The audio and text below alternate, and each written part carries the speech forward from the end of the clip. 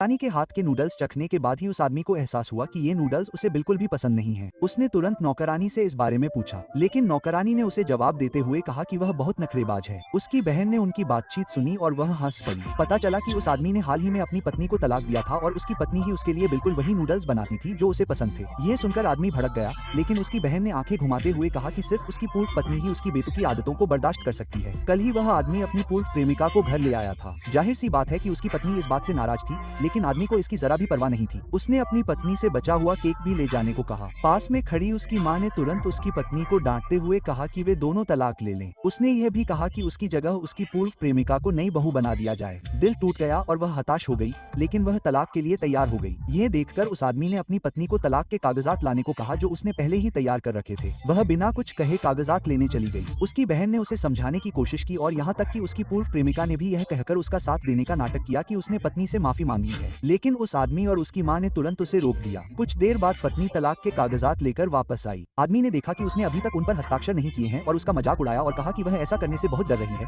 लेकिन पत्नी ने दृढ़ता से कहा कि बिना आर्थिक समझौते के वह किसी भी कागजात पर हस्ताक्षर नहीं करेगी। शर्मिंदा होकर उस आदमी ने अपने ब्रीफकेस से एक दस्तावेज निकाला। यह मुआवजे का समझौता था। दोनों दस्तावेजों के साथ उन्होंने अपने नाम पर हस्ताक्षर किए, लेकिन आदमी को अब भी लगा कि उसकी पत्नी नाटक कर रही है। उसकी मां ने यह कहकर आग में घी डाल दिया कि उसकी पत्नी के माता पिता की मृत्यु हो चुकी है, उसके पास वापस जाने के लिए कोई घर नहीं है और उसे गुजारा करने के लिए उस पर निर्भर रहना होगा। यह सुनकर पत्नी ने तलाक के कागजात उठाए, बिना किसी झिझक के अपने नाम के हस्ताक्षर किए और फिर उन्हें उसके सामने फेंक दिया। उसने अपनी शादी की अंगूठी भी उतारकर टेबल पर फेंक दी। वह आदमी उसे अविश्वास से देखता रहा, लेकिन पत्नी ने पीछे मुड़कर भी नहीं देखा और घर से चली गई। अगली सुबह वह आदमी इतना परेशान था कि वह अपनी टाई भी ठीक से नहीं बांध पा रहा था। उसकी बहन ने उसका मजाक उड़ाया और कहा कि उसकी पत्नी के बिना वह अपना ख्याल भी नहीं रख सकता, लेकिन आदमी ने अहंकार से कहा कि उसकी पत्नी को इसका पछतावा जरूर होगा। उसकी बहन ने आंखें घुमाई और सोचा कि वह बचकाना और जिद्दी है। जब वे बहस कर रहे थे, तभी अचानक आदमी का फोन बजा। उसकी पत्नी का फोन था। आदमी तुरंत खुश हो गया, अपनी बहन को चिढ़ाते हुए ये सोचकर कि उसकी पत्नी ने अपना मन बदल लिया है, लेकिन उसे नहीं पता था कि फोन उसे केवल ये बताने के लिए था कि उसकी पत्नी ने उसकी कंपनी से इस्तीफा दे दिया है। उसकी पत्नी कंपनी में एक उच्च पद पर थी और उसके पास बहुत सी गोपनीय जानकारी थी। उस आदमी के मन में तुरंत घबराहट छा गई।